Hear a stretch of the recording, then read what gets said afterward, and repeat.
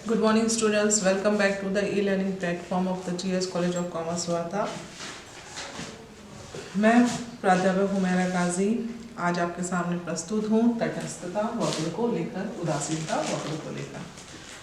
तो इससे पहले हम लोगों ने जो है सेकेंड यूनिट में 2 चैप्टर्स हम जो देख चुके हैं, उसमें एक चैप्टर है आपका मांग विश्लेषण, दूसरा चैप्टर है आपका मांग की लोच। ये दोनों चैप्टर्स हम लोगों के हो चुके हैं। आज जो है हम उदासीनता वक्र देखने वाले हैं। तो उदासीनता वक्र जो है, अब हम एग्जामिनेशन के पॉइंट ऑफ व्यू से बात कर लेते हैं। तो ये एग्जामिनेशन पॉइंट ऑफ व्यू से एक इम्पॉर्टेंट एस्पेक्ट है।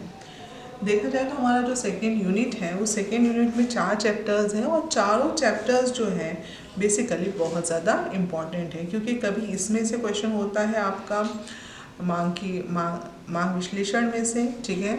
उसके साथ ही साथ आपका ऑप्शन में जो दूसरा क्वेश्चन होता है वो आपका उदासीनता वक्र से भी होता है, ठीक है। तो एग्जामिनेशन पॉइंट ऑफ व्यू से ये एक इम्पॉर्टेंट चैप्टर है। इसमें खास तौर पर हम लोग क्या देखने वाले हैं, इसमें हम ये देखने वाले हैं कि तटस्थता वक्र क्या है, ठीक है। तटस्थता वक्र कैसा बनता है, उसका एक शेड्यूल है, तालिका है, उसकी परिभाषा हम देखेंगे।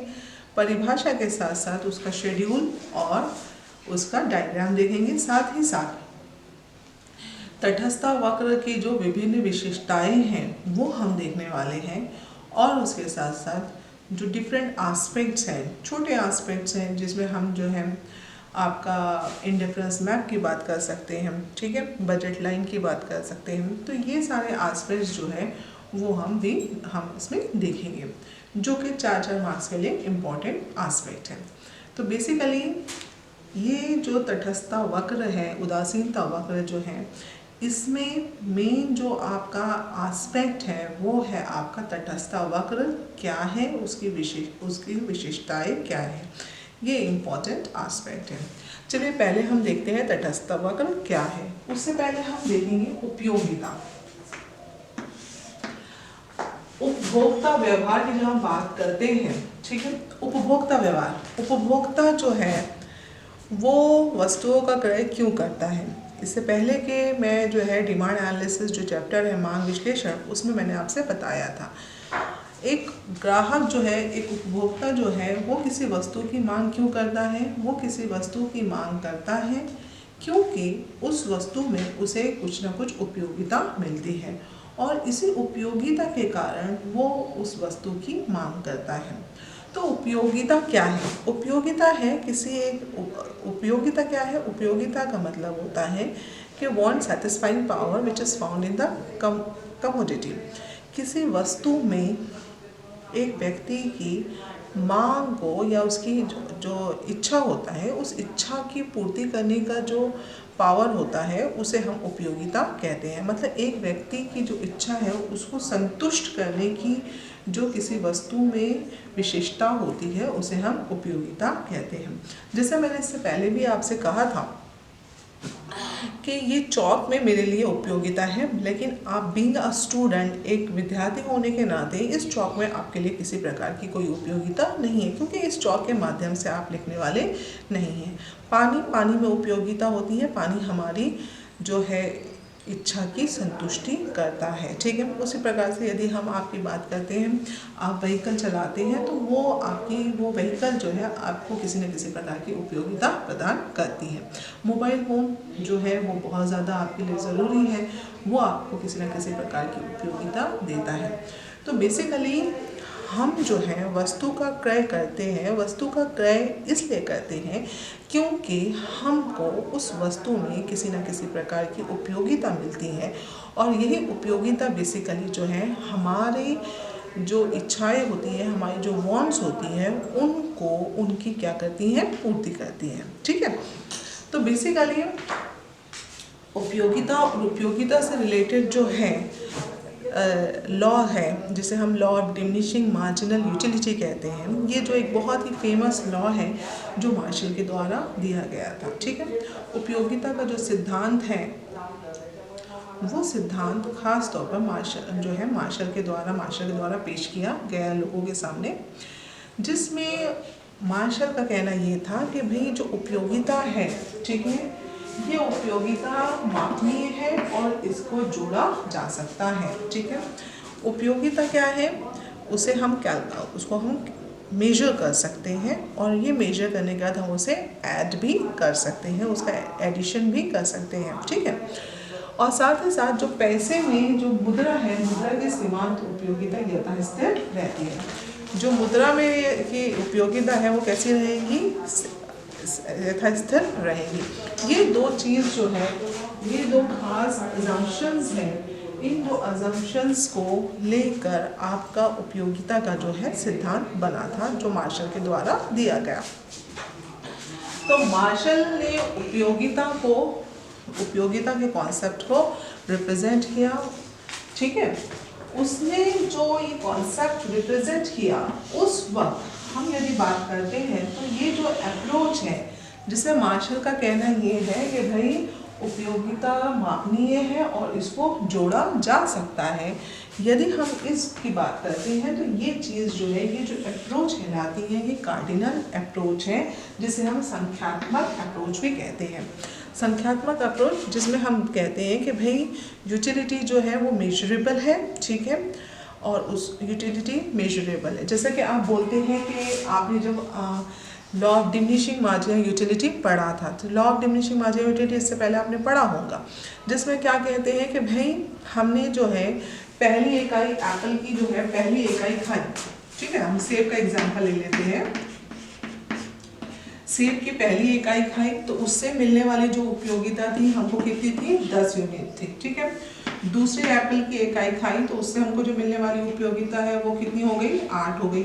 तीसरे से 5, चौथे से 2, पांचवें से 0 और छठा एप्पल यदि आपने खाया तो वो माइनस में चले गए। तो आपने देखा कि भाई जो हमारा law of diminishing marginal utility है वो क्या कहता है कि ये जो उपयोगिता है, जो हम कोई चीज़ का कंटिन्यूअस उपयोग करते हैं, कोई चीज़ का कंटिन्यूअस उपभोग लेते हैं, तो उस वस्तु से जो मिलने वाली उपयोगिता होती है वो धीरे धीरे कम होते जाती है।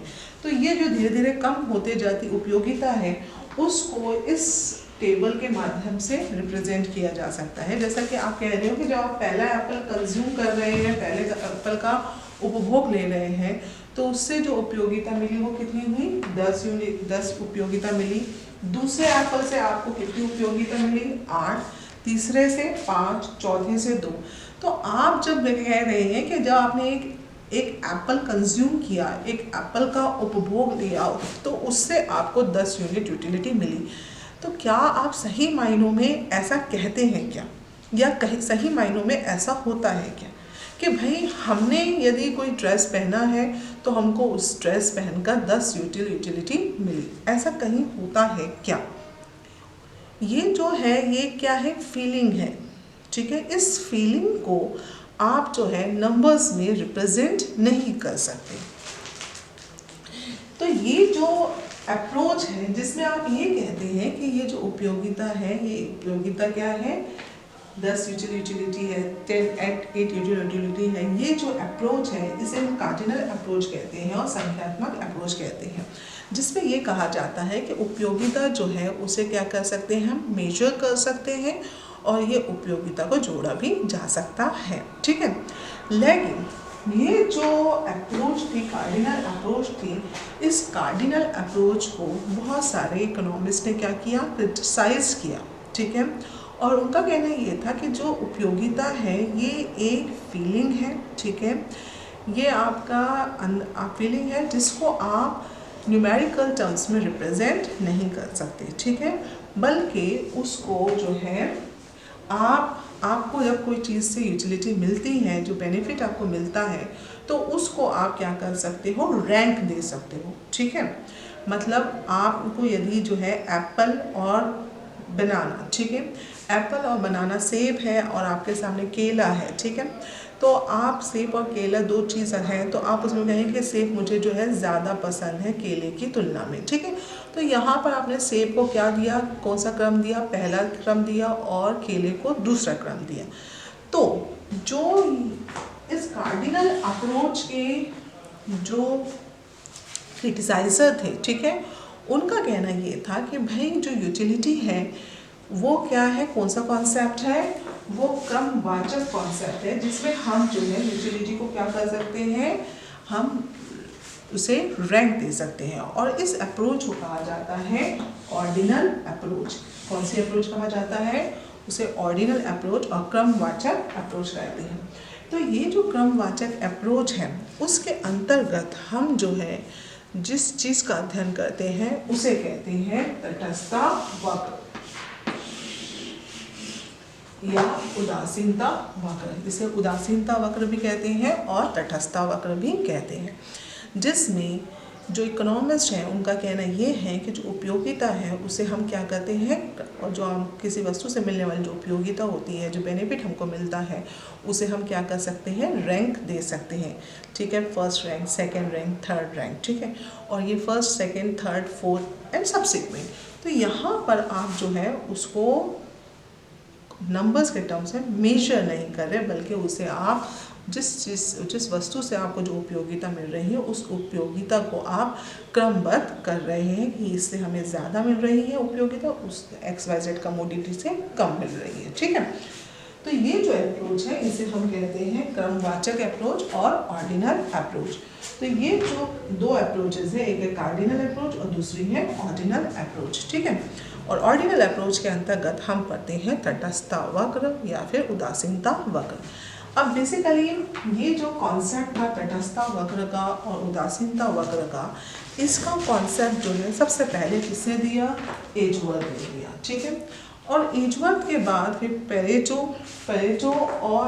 ने भी उसे और थोड़ा प्रेजेंट किया, लेकिन जो दुनिया के सामने उसे साइंटिफिक मैनर में, ठीक है, जिन लोगों ने रखा उसमें एलन और हिग्स का नाम फेमस है। ठीक है, और एलन और हिग्स के नाम से ही इसे क्या किया जाता है, तटस्थता वक्र को रिप्रेजेंट किया जाता है, जोड़ा जाता है, और क्योंकि इन्होंने इसे साइंटिफिकली लोगों के सामने रखा। ठीक है, तो तटस्थता वक्र क्या है, चलिए हम अभी देखेंगे। तो बेसिकली तटस्थता वक्र जो है वो क्या बोलते हैं, वो ये कहते हैं कि भाई तटस्थता वक्र बनता क्या है। ठीक है, तटस्थता वक्र क्या है और वो कैसे बनता है। तो उससे पहले हम देखते हैं कि प्राथमिकता क्रम का निर्धारण किया जा सकता है और आय की सीमितता के कारण वस्तुओं को विभिन्न संयोगों का निर्धारण किया जा सकता है। तो बेसिकली जो तटस्थता वक्र है वो ये दो चीज़ों पर बेस करते हैं, दो पॉइंट्स पर ये तटस्थता वक्र निर्भर है। ठीक है, जिनका कहना ये है कि जो प्राथमिकता है, जैसे मैंने अभी आपसे कहा, और ये कौन सी अप्रोच है, ऑर्डिनल अप्रोच है। जो तटस्थता वक्र के अंतर्गत जो अप्रोच है वो कौन सी अप्रोच है, ऑर्डिनल अप्रोच है, जिसमें हम क्या कर रहे हैं, जिसमें किसी मिलने वाली वस्तुओं को क्या कर रहे हैं, हम रैंक दे रहे हैं। ठीक है, तो ये जो अप्रोच है ये दो इस चीज़ों पर बेस्ड है। पहला ये कि प्राथमिकता कैसी होती है, प्राथमिकता क्रम का निर्धारण किया जा सकता है। जो प्राथमिकताएं होती हैं उसे हम क्या कर सकते हैं, उनको क्रमबद्ध निर्धारित कर सकते हैं, किया जा सकता है। और दूसरा ये कि आय की सीमितता के कारण, जो आय है, हम लोगों की जो आय होती है, ग्राहक जो होता है, जो उपभोक्ता होता है, उस उपभोक्ता की आय कैसी होती है, सीमित होती है। और इसी सीमित आय के कारण बेसिकली वो क्या करता है, वस्तुओं के संयोग जो है, कॉम्बिनेशंस को प्रेफर करता है, कॉम्बिनेशन का यूज़ करता है। आय की सीमितता के कारण वस्तुओं के विभिन्न संयोगों का निर्धारण किया जा सकता है। ठीक है, अगर आप बोलेंगे कि आप सारा पैसा जो है आप सेब खरीदने में खर्च कर दें, तो सेब से आपको मिलेगी, यूटिलिटी मिलेगी, ठीक है, लेकिन वो सिर्फ सेब से मिलेगी। लेकिन अगर आपने सेब और केला ये दोनों का कॉम्बिनेशन कर कर वही पैसे को खर्च किया, तो आपको दो चीज़ों से जो मिलेंगी बेनिफिट वो क्या रहेंगे, ज़्यादा रहेंगे। ठीक है, तो बेसिकली ये जो आपका उदासीनता वक्र है, ये उदासीनता वक्र जो है ये इन दो कंडीशंस पर और ये दो बातों पर बेस्ड करता है कि जो प्राथमिकता होती है उन प्राथमिकताओं को हम क्रमबद्ध कर सकते हैं और प्राथमिकता क्रम का निर्धारण किया जा सकता है।